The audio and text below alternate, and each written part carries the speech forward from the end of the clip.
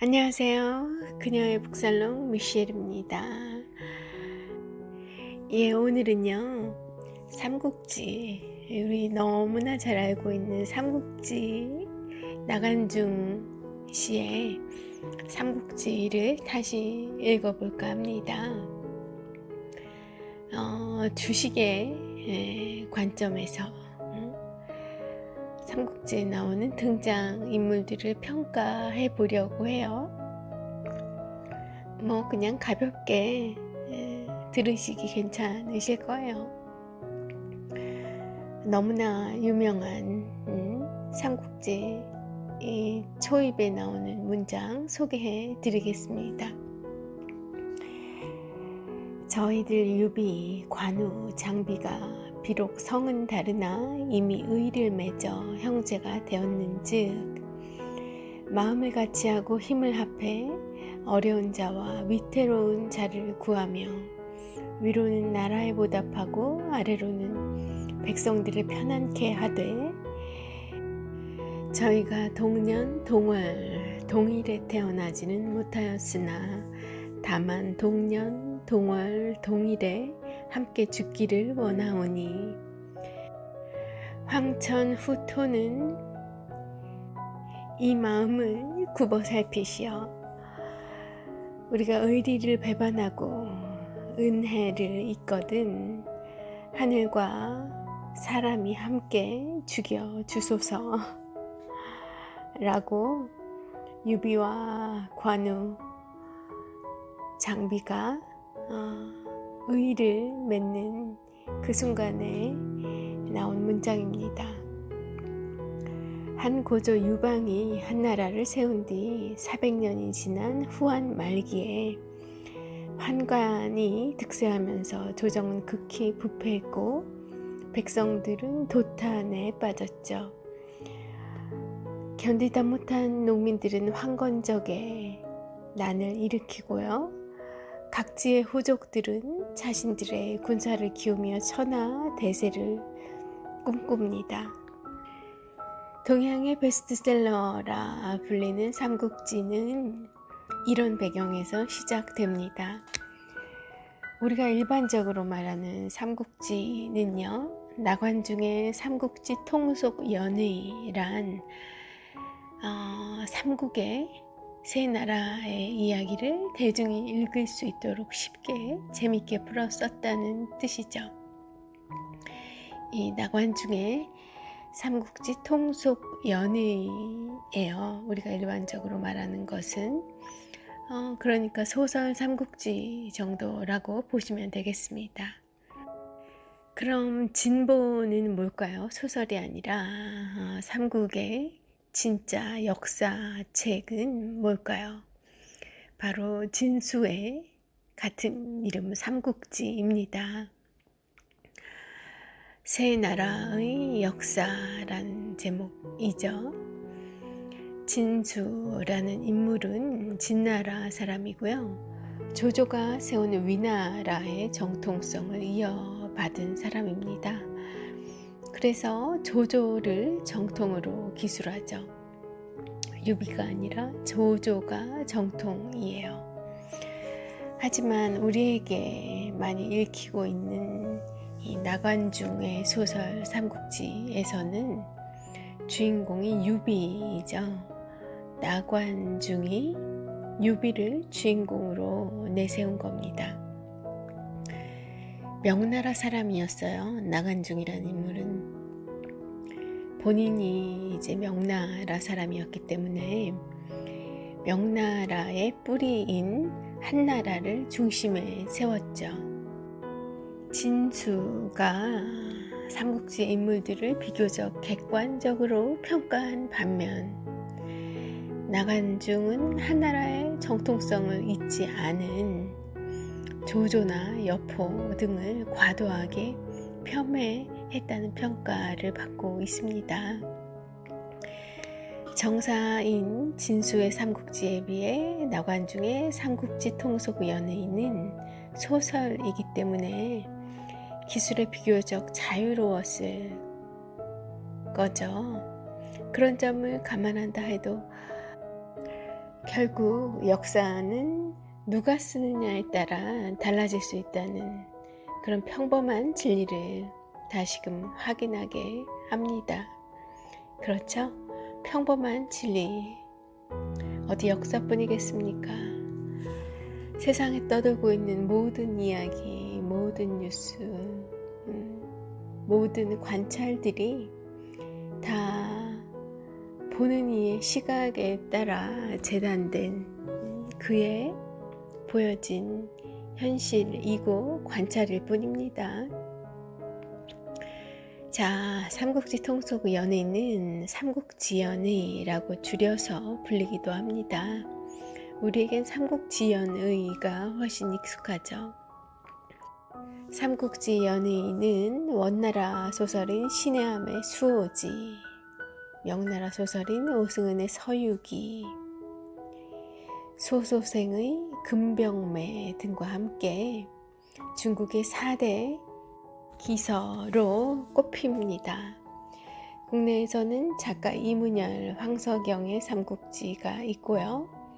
제중동포 작가 리동혁의 본 삼국지가 많이 읽히고 있습니다.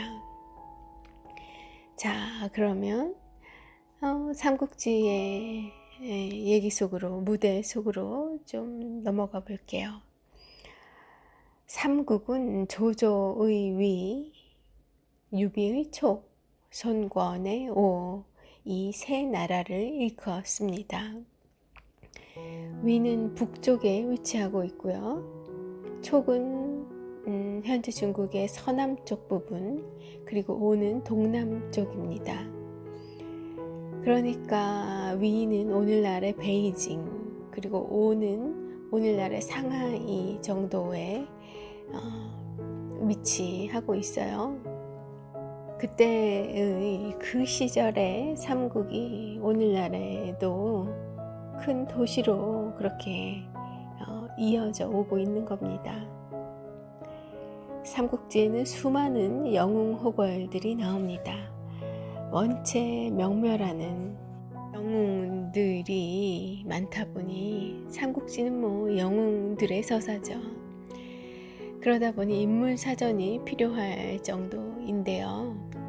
그 인물들을 만나고 또 헤어지고 보내주고 하는 그 끊임없는 반복이 우리를 삼국지에서 눈을 떼지 못하게 만들죠.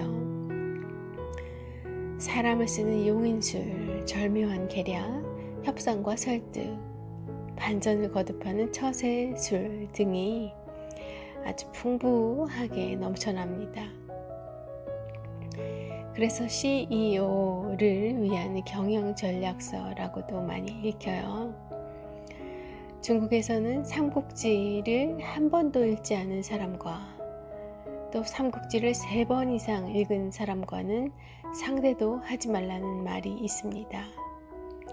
한 번도 읽지 않은 사람은 무식해서 상대할 가치가 없고 3번 이상 읽은 사람은 처세에 능해서 대하기가 어렵다는 그런 이유에서죠.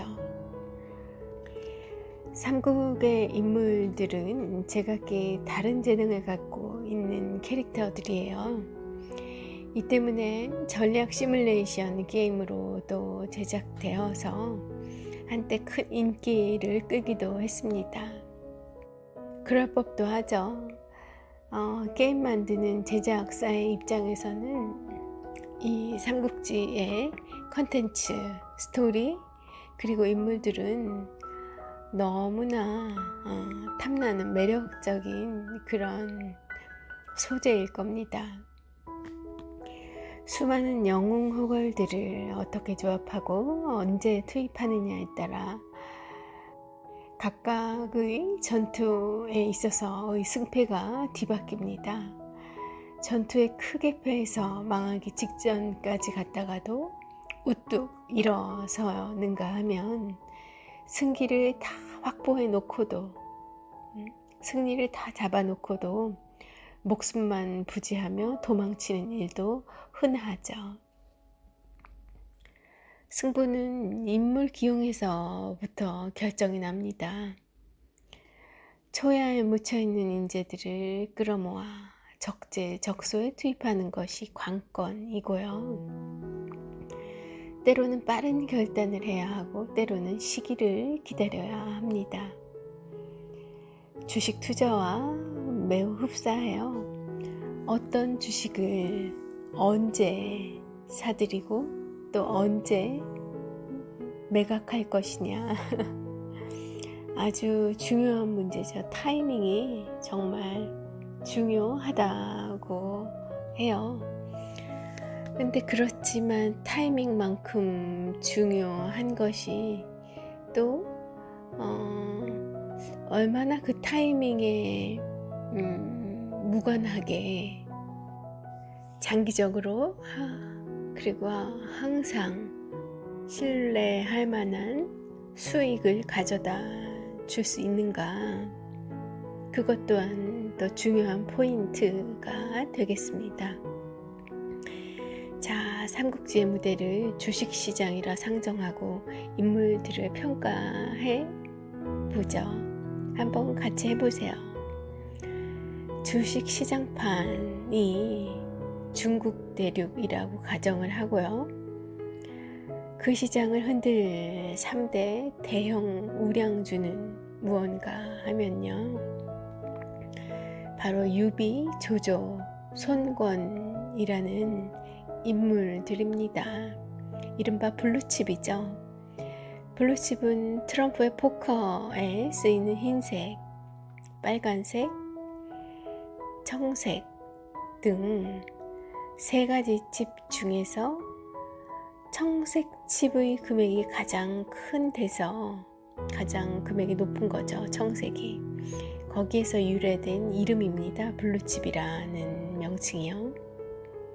삼국지에서는 바로 유비, 조조, 손권이 성장성이 가장 크고요. 이들이 바로 블루칩인 거죠. 이 중 한 사람이 천하를 통일할 가능성이 크기 때문입니다. 새로운 뉴페이스가 나타나는 것은 좀 어려워 보이고, 소설 속에 등장인물들을 보면 이 셋의 싸움이었어요. 땅 따먹기 싸움. 누가 패권을 질 것이냐. 천하를 얻는다면 엄청난 수익을 안겨다 주는 그런 블루칩입니다. 또 경쟁력 있는 자회사, 부하의 군대들이 많아서, 또 부하의 땅들이 많아서 이들 중 누군가가 천하를 얻게 된다면 정말 큰 수익이 가능하죠. 안정성이 매우 높다고 볼 수 있습니다. 삼국지 초반에 나오는 또 다른 인물들이 있죠. 바로 여포와 동탁입니다. 이들도 대형주예요. 블루칩은 아니지만 대형주라 할 수 있습니다.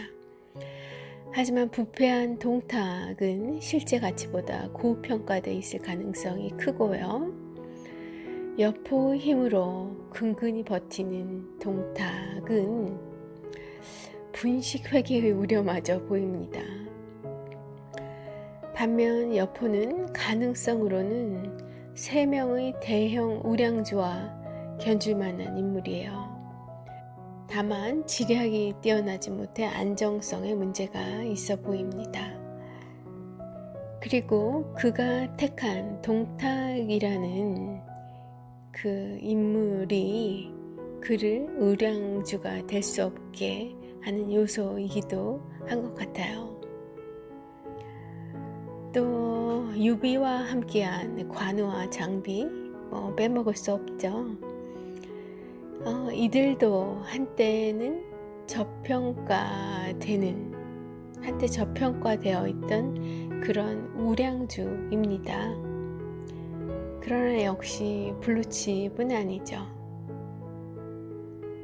여포에게 동탁이 있는 것처럼 관우와 장비에게 유비가 있기 때문에 이들이 블루칩은 될 수 없어요. 이른바 옐로우칩에 그칩니다. 블루칩 반열에는 들지 못하지만 주가 상승의 기회가 큰 그런 우량주로 볼 수 있는 거예요. 여포와 마찬가지로요. 그런데 여포는 우량주이긴 했지만 장기적으로 가치가 있는 그런 주식은 아니라고 볼 수 있어요.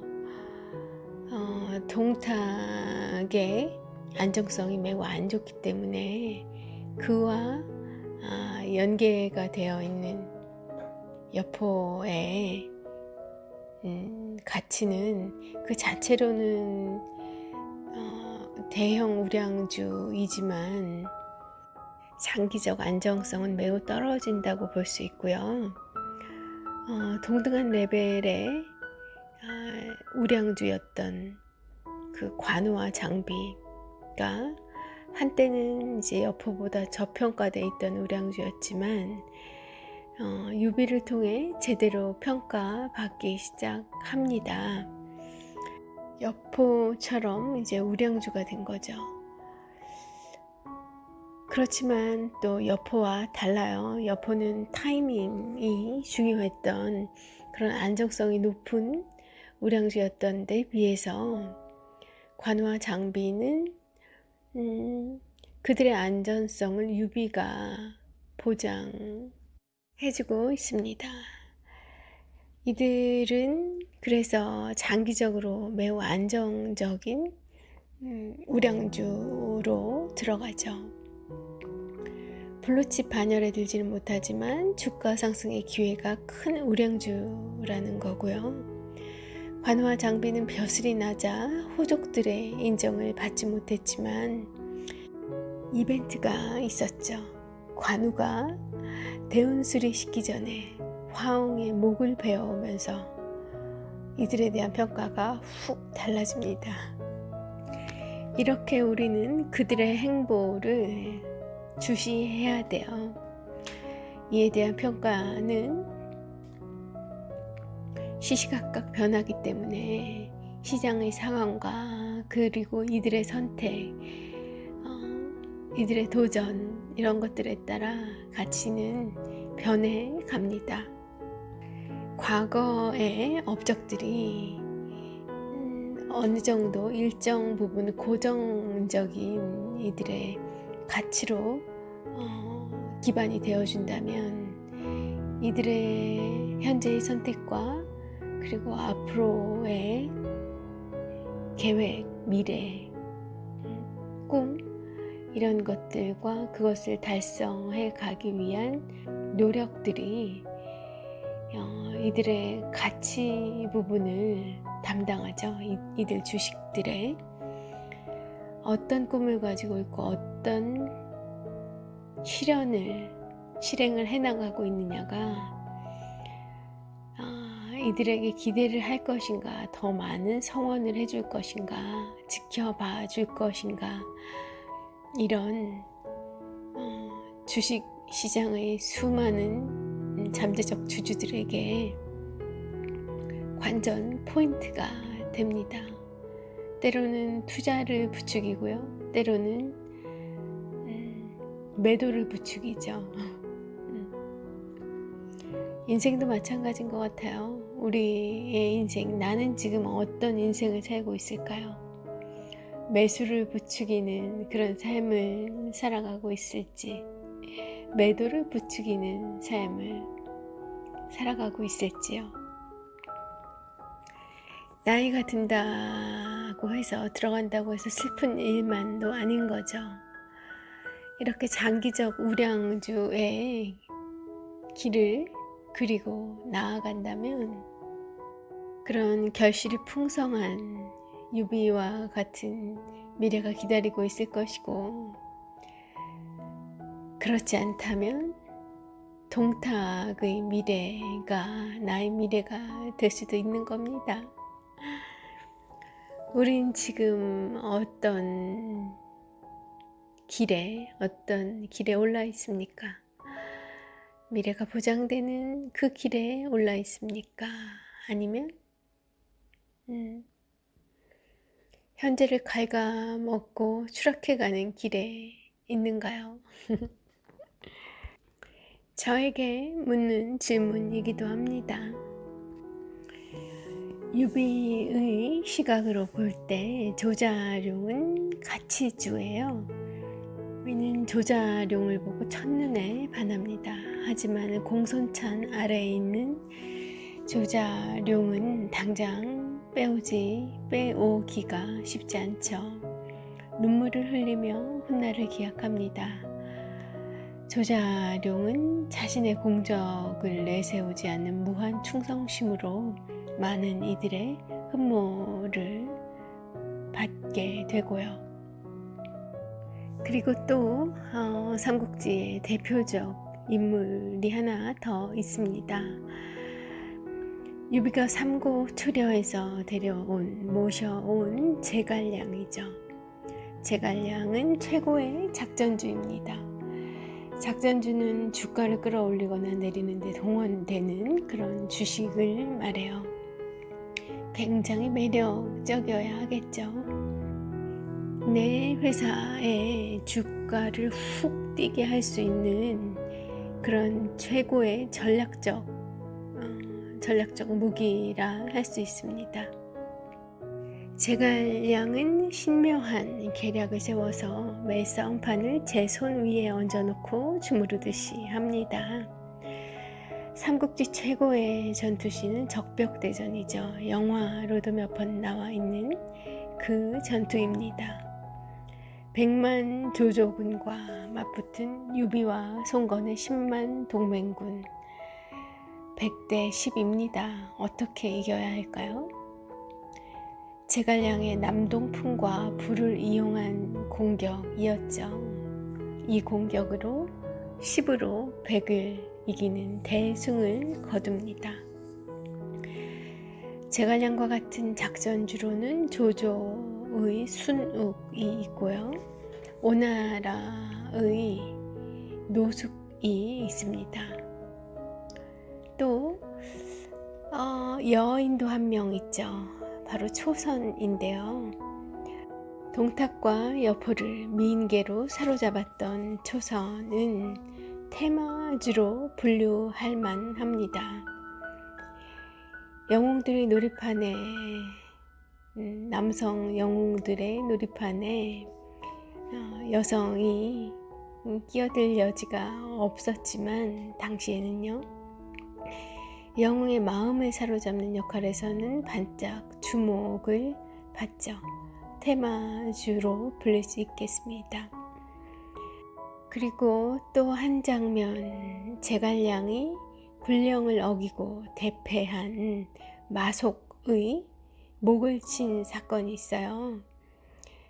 그 사건은 손절매에 해당한다고 볼 수 있겠습니다. 위나라 사마의에게 참패한 것도 문제지만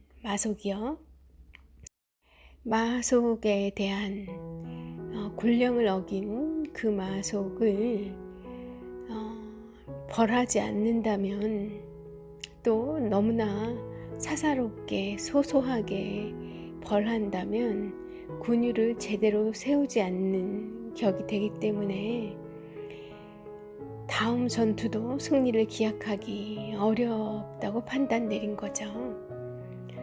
그래서 과감하게 그의 목을 쳐버립니다.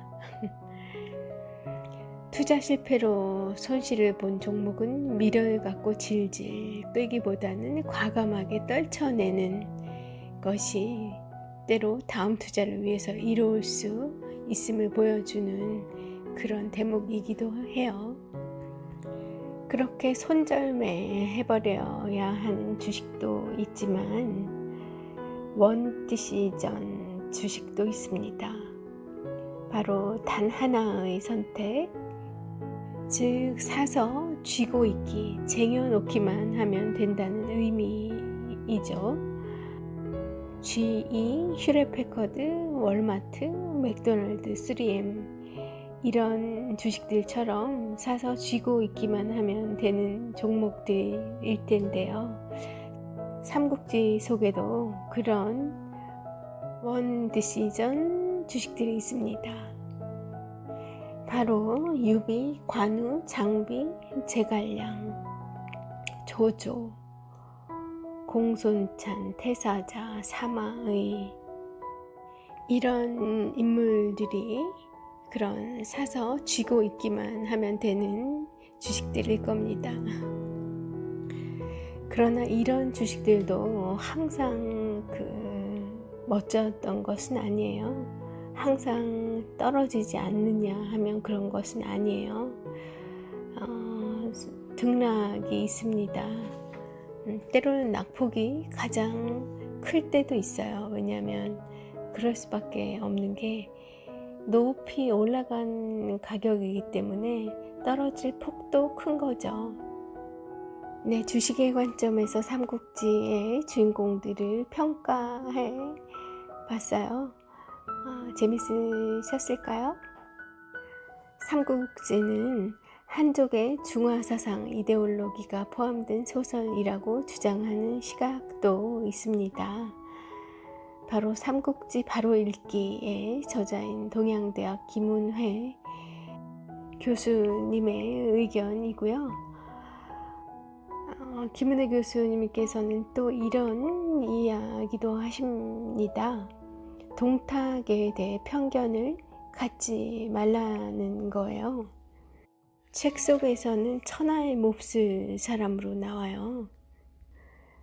여자를 겁탈하고 백성들을 괴롭힌 천하의 폭군으로 그려졌죠. 동탁의 시체가 어찌나 비대한지 배에 심지를 꽂아 불을 붙이니 기름이 넘쳐 흘렀고 백성들은 하나같이 그의 머리를 차고 짓밟으며 그 앞을 지나갔다고 표현이 되고 있을 정도입니다. 그런데 김은혜 교수는 동탁에 대해 편견을 갖지 말 것을 주문해요. 동탁은 중국 변방 출신이어서 주류의 한족들이 좋아하지 않았고 이 때문에 희대의 악당으로 과도하게 묘사됐다는 겁니다. 소설 속에 누군가 이렇게 악당이 등장하는 것, 누군가를 악당으로 설정해 놓고 이야기를 풀어가면 훨씬 사람들에게 대중적으로 호응을 많이 받을 수 있잖아요. 그렇기 때문에 이 역사 속의 한 인물을 과도하게 희대의 악당으로 묘사했다는 거고요.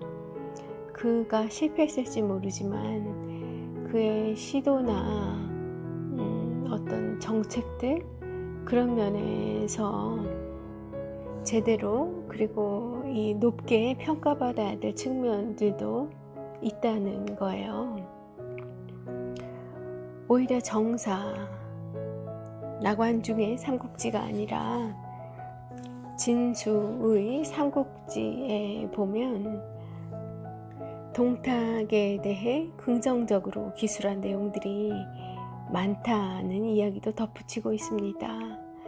같은 이유로 몽골계였던 여포도 평가절하당했다는 주장이고요. 그와 반면 유비나 제갈량은 과도하게 부각됐다고 이야기해요. 어쩌면 이 김은혜 교수의 말이 역사 속의 진실이었을지도 모릅니다. 그죠? 우리는 어떻게 기억이 될지, 그리고 나를 긍정적으로 내 편이 되어서 봐주는 사람은 누구지, 또 반대인 그런 축은 어떤 사람일지. 요새 코로나로 재택 많이 하시잖아요. 재택강금 재택근무인지 재택근무라고 하고 그리고 자택강금 상태에 저희가 모두 자발적으로, 또 일부는 비자발적으로 있는데요.